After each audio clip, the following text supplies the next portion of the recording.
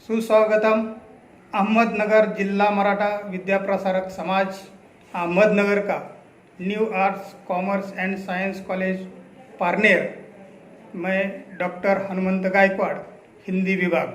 आज हम शैक्षिक वर्ष 2020-21 से जो पाठ्यक्रम विश्वविद्यालय की ओर से लगाया गया है, इसमें द्वितीय वर्ष कला, इसके अंतर्गत काव्यशास्त्र सामान्य, तृतीय अयन, इसके अंतर्गत आज हम इकाई 1, इसके अंतर्गत काव्य परिभाषा, उसमें संस्कृत, हिंदी और अंग्रेजी, इन परिभाषाओं का अध्ययन हमें करना है।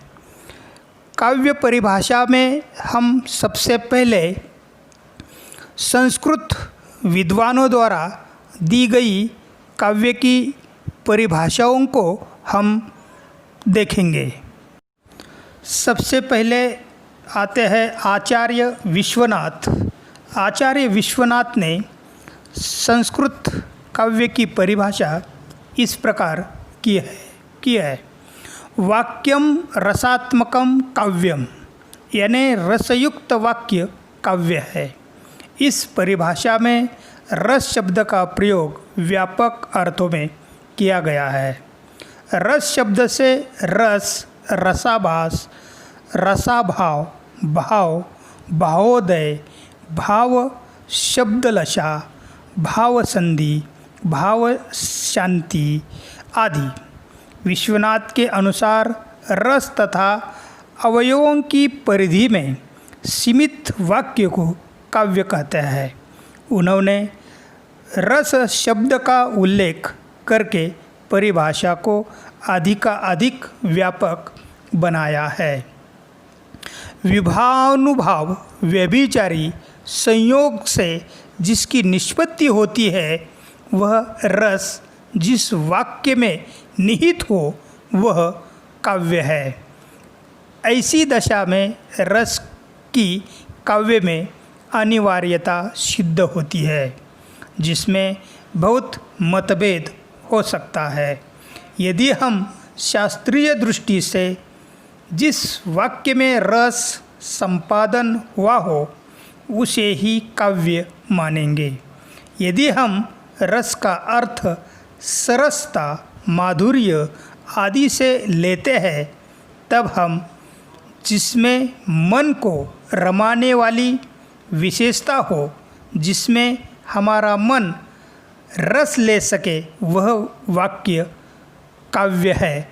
तो इस प्रकार आचार्य विश्वनाथ ने वाक्यम रसात्मकम काव्य, रसयुक्त वाक्य ही काव्य है, ऐसा कहा है और ऐसी संस्कृत की परिभाषा उन्होंने दी है।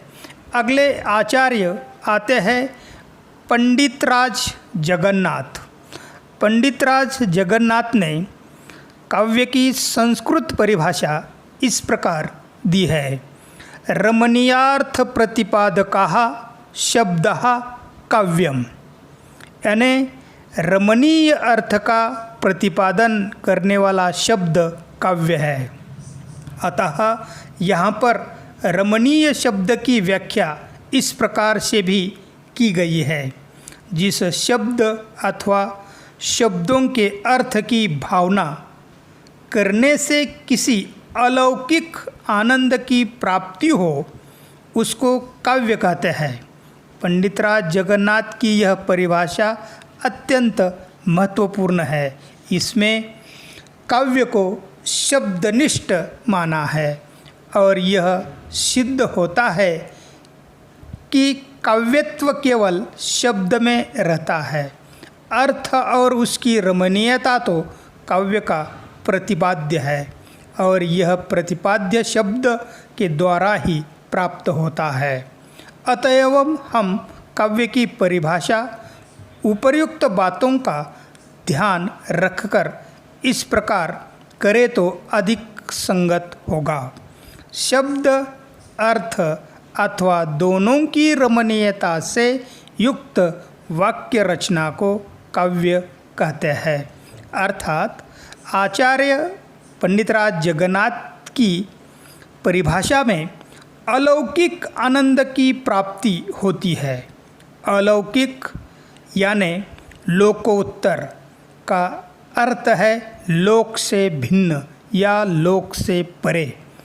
जैसे उदाहरण इस प्रकार दिया जा सकता है, जैसे मिठाई खाने से या लॉटरी पाने से जो आनंद होता है वह लौकिक है, किंतु अन्य काव्य पढ़ने से, जैसे कामायनी, ऐसे काव्य पढ़ने से जो आनंद होता है वह अलौकिक यानी लोकोत्तर है, क्योंकि मिठाई या लॉटरी में तन्मय करने की क्षमता है।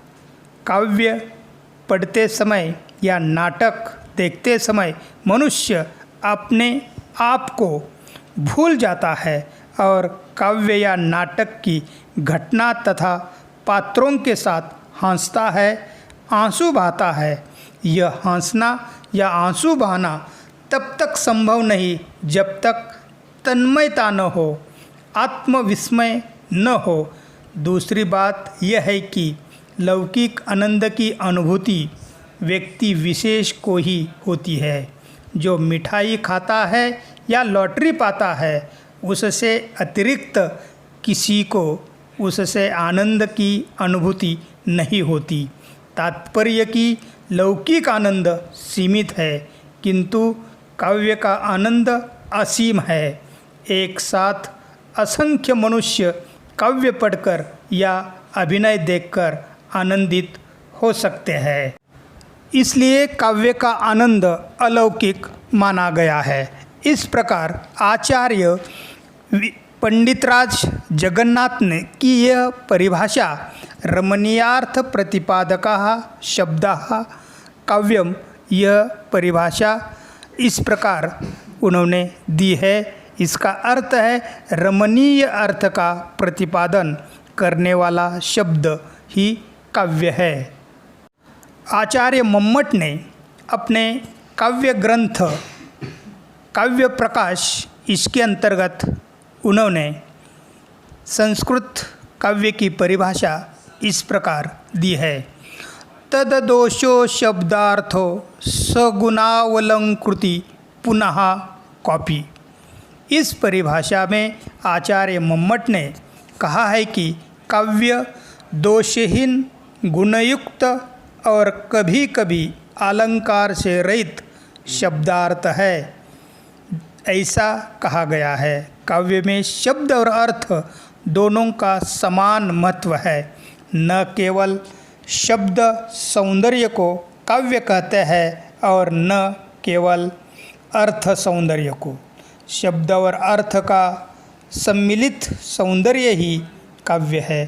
काव्य में जो शब्द अर्थ रहते हैं उसे दोष रहित होना चाहिए। जिस प्रकार शारीरिक दोषों से मनुष्य का सौंदर्य खंडित होता है, जैसे काना, अंधा, बहरा, लूला, लंगड़ा होने से सौंदर्य में बट्टा लगता है, उसी प्रकार शब्द अर्थ के दोषों से काव्य का सौंदर्य खंडित होता है। काव्य में गुणों का होना अनिवार्य है, जैसे शूरता, वीरता, उदारता, सहृदयता आदि गुण मनुष्य के उत्कर्ष के कारण है। वैसे ही प्रसाद, माधुर्य, ओज, ये तीन गुण काव्य के उत्कर्ष के कारण है। काव्य में यथासंभव अलंकारों का भी सन्निवेश होना चाहिए। शूरता, वीरता, उदारता आदि आंतरिक गुणों के साथ बाह्य प्रसाधनों, वस्त्र, आभूषण आदि का भी प्रयोग सौंदर्य वृद्धि के लिए किया जाता है। उसी प्रकार काव्य में अलंकारों का प्रयोग होना यथासंभव होता है। आचार्य मम्मट की यह काव्य की परिभाषा तददोषो शब्दार्थो सगुणावलंकृति पुनः कॉपी, यह परिभाषा अत्यंत उपयुक्त लगती है। आचार्य दंडी ने अपने काव्यदर्श इस काव्य ग्रंथ में उन्होंने काव्य की संस्कृत परिभाषा इस प्रकार दी है। काव्य शोभाकरण धर्मान अलंकारन प्रचक्षते। आचार्य दंडी के अनुसार काव्य में शोभा बढ़ाने वाले धर्मों का नाम ही अलंकार है। काव्य का समस्त सौंदर्य अलंकार है। इस प्रकार काव्य संस्कृत की काव्य की परिभाषाएं अलग अलग विद्वानों ने इस प्रकार दी गई है। अभी हम काव्य की हिंदी विद्वानों द्वारा दी गई काव्य की परिभाषाओं को हम देखेंगे। इसके अंतर्गत आचार्य महावीर प्रसाद द्विवेदी, आचार्य रामचंद्र शुक्ल, सुमित्रानंदन पंत, महादेवी वर्मा, जयशंकर प्रसाद और प्रेमचंद, इन हिंदी विद्वानों ने काव्य की परिभाषाएं दी गई है। इसमें हम आचार्य महावीर प्रसाद द्विवेदी जी की काव्य की हिंदी की परिभाषा हम देखेंगे। कविता प्रभावशाली रचना है जो पाठक या श्रोता के मन पर आनंददायी प्रभाव डालती है। मनोभाव शब्दों का रूप धारण करते हैं, वही कविता है, चाहे वह पद्यात्मक हो चाहे गद्यात्मक हो। अंतकरण की वृत्तियों के चित्र का नाम कविता है। आचार्य महावीर प्रसाद द्विवेदी जी ने इस परिभाषाओं में काव्य और कविता को पर्याय रूप में प्रयुक्त किया है। कविता के लिए छंद अनिवार्य है, जिसका संकेत उन्होंने अनेक बार इस शब्द के प्रयोग के साथ नहीं किया, अतः कविता और काव्य की भेदक धारणा स्पष्ट नहीं है। इस प्रकार महावीर प्रसाद द्विवेदी जी ने हिंदी काव्य की परिभाषा दी है। अगले आते हैं आचार्य रामचंद्र शुक्ल। रामचंद्र शुक्ल जी ने कविता को जीवन और जगत की अभिव्यक्ति माना है। उनका विचार है कि अन्यत की अभिव्यक्ति जगत है और इस प्रकार कविता अभिव्यक्ति की अभिव्यक्ति हुई। शुक्ल जी ने दूसरी परिभाषा इस प्रकार दी है, सत्वोद्रेक या हृदय की मुक्त अवस्था के लिए किया हुआ शब्द विधान काव्य है। यह परिभाषा रस को अनिवार्य मानकर चलने वाले काव्य के लिए ही उपयुक्त हो सकती है। हृदय की मुक्तावस्था रस दशा हृदय की मुक्ति के लिए मनुष्य की वाणी का शब्द विधान कविता है। वे सत्य की अवहेलना नहीं करते। इस प्रकार आचार्य शुक्ल जी ने हिंदी की परिभाषा दी है। सुमित्रानंदन पंत जी ने काव्य की परिभाषा इस प्रकार दी है, कविता हमारे परिपूर्ण क्षणों की वाणी है। यह काव्य परिभाषा स्वीकार की है जो अस्पष्ट है। परिपूर्ण क्षण किन्हें कहा जाए? प्रत्येक व्यक्ति का कोई न कोई परिपूर्ण क्षण होता है, अतः उसकी भी वाणी कविता कही जा सकती है। तब तो प्रत्येक व्यक्ति कवि हुआ। अतएव यह लक्षण सर्वसामान्य नहीं कहा जा सकता। महादेवी वर्मा जी ने काव्य की परिभाषा इस प्रकार दी है।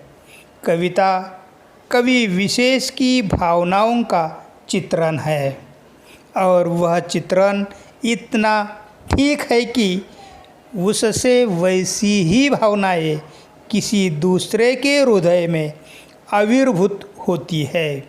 महादेवी वर्मा जी का यह विचार है कि कविता हमें असीम सत्य की झांकी दिखाती है, फिर भी यह काव्य लक्षण काव्य के पूरे क्षेत्र पर लागू नहीं हो सकता।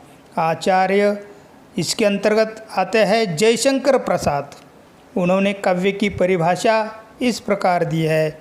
काव्य आत्मा की संकल्पनात्मक अनुभूति है जिसका संबंध विश्लेषण, विकल्प या विज्ञान से नहीं है। वह एक श्रेयमयी प्रेम रचनात्मक ज्ञान धारा है। हिंदी के श्रेष्ठ साहित्यकार कहानी सम्राट प्रेमचंद जी ने भी काव्य की परिभाषा इस प्रकार दी है। वह कहते हैं काव्य जीवन की आलोचना है। इस प्रकार संस्कृत और हिंदी विद्वानों ने काव्य तथा साहित्य की परिभाषाएं दी गई है। धन्यवाद।